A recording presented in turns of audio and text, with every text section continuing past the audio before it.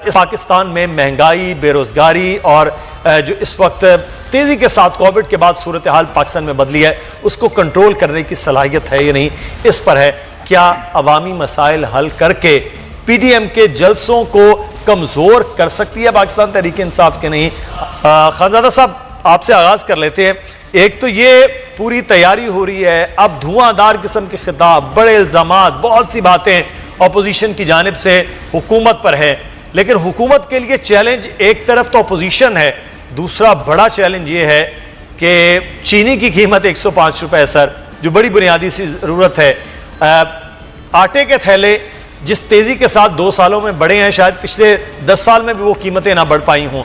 तो ये बुनियादी चीजें हैं। फैसल अजीज साहब, 2 चैलेंजेस हैं हुकूमत के लिए। बड़ा चैलेंज शायद महंगाई का, बेरोजगारी का, को कोविड के बाद जो सूरत हाल हुई वो अलग है, लेकिन महंगाई के मामलात वो सबके सामने है।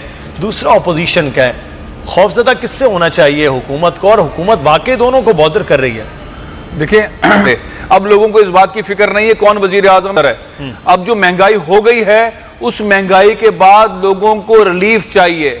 वजीर आजम इमरान खान साहब ये कहते रहे, उनके नुमाइंदे ये कहते रहे कि ये महंगाई पिछले 30 सालों में ये होने के बाद अब हो रही है। लोगों को इसकी फिक्र नहीं है, लोग ये नहीं सुनना चाहते। बहुत सुन लिया 2 साल तक। लोगों को ये फिक्र है कि आटा कितने का मिल रहा है, आटे का थैला कितने का मिल रहा है, चीनी कितने रुपए किलो है, चावल कितने रुपए किलो है, गैस का बिल कितना आ रहा है, बिजली का बिल कितने का आ रहा है, सब्जियां कितने की मिल रही हैं। लोगों को अपने माशरी मसले की फिक्र है। अब लोगों को यह फिक्र नहीं है कि इमरान खान वजीर आजम है या कोई ABCD कौन वजीर आजम है। इस वक्त अगर अपोजिशन ने सही दबाव नहीं डाला और इमरान खान साहब ने कोई बड़ा पैकेज नहीं दिया, रिलीफ अवाम को नहीं दिया, ये जो मंतक लेकर आते हैं ना कि डिमांड एंड सप्लाई नहीं है, अद्वियात अवेलेबल नहीं है, तो अब अद्वियात कैसे अवेलेबल होंगी?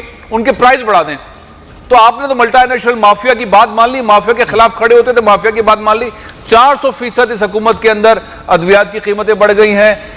जो आटे का थैला है वो 1300 से 1600 का हो गया, 700 का था जब इनकी हुकूमत आई थी। चीनी 65 रुपए किलो थी, 105। आटा तो सिंध हुकूमत में यहाँ पर जिसकी वजह से भी है, प्राइम मिनिस्टर तो इमरान खान है ना। हमारे पास तो 850 मिल रहा है पंजाब में, वो कह रहे हैं।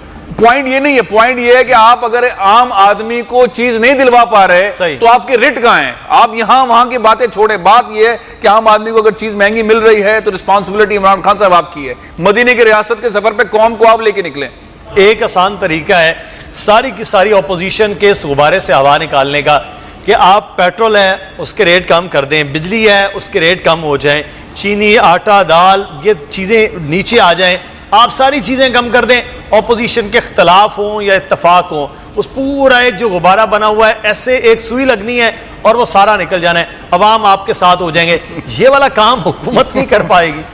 मैं जी बताता हूं आपको, इन्होंने बिजली के रेट अगर कम रखे हैं तो सब्सिडियां दी हैं, गैस में सब्सिडी दी है, और वो सब्सिडी के पैसे किधर से आए हैं? वो IMF से लोन लिया गया है, जो कि अभी पाकिस्तान को वापस भी वो पैसे भरने हैं। 26-27 महीनों में अवाम वो रिलीफ ढूंढ रही है कि वो सोना 132 पे पहुंचा, वहां से 111 पे आ गया, पेट्रोल बढ़ गया, वो वापस ना आ पाया।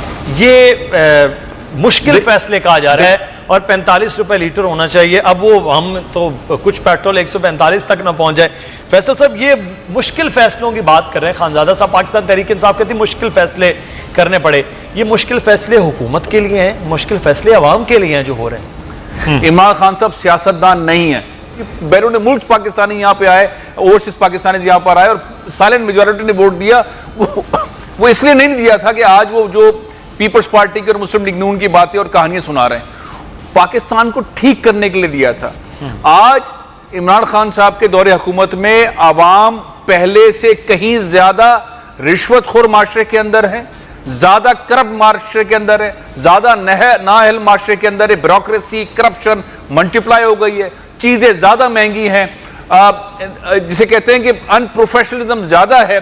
जो स्नेरियो है, लोगों को याद आ रहा है कि मियां साहब का दौर ज्यादा बेहतर था, जरदारी साहब का दौर ज्यादा बेहतर था, मुशर्रफ का दौर ज्यादा बेहतर था।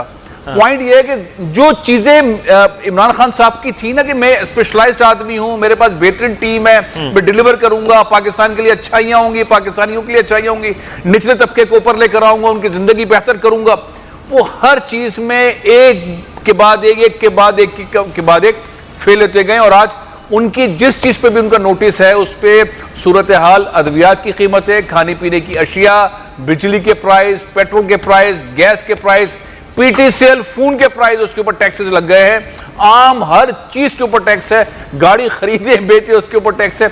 हर तरह से पाकिस्तानी कौम को इमरान खान साहब ने एक ऐसे इम्तिहान में डाला हुआ है कि ना वो कारोबार कर पा रहे हैं, ना जी पा रहे हैं, ना आगे बढ़ पा रहे हैं। अब इस तब्दीली को पाकिस्तानी कौम क्या ले?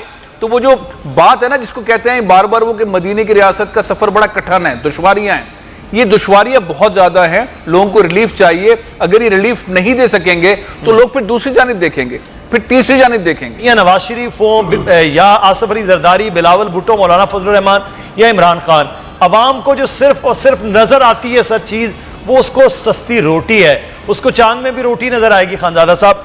तो वो जब सस्ता ना होगा तो फिर खान साहब का विजन हो या एनआरओ ना देने की बातें हो, वो सब बेमानी हो जाती हैं।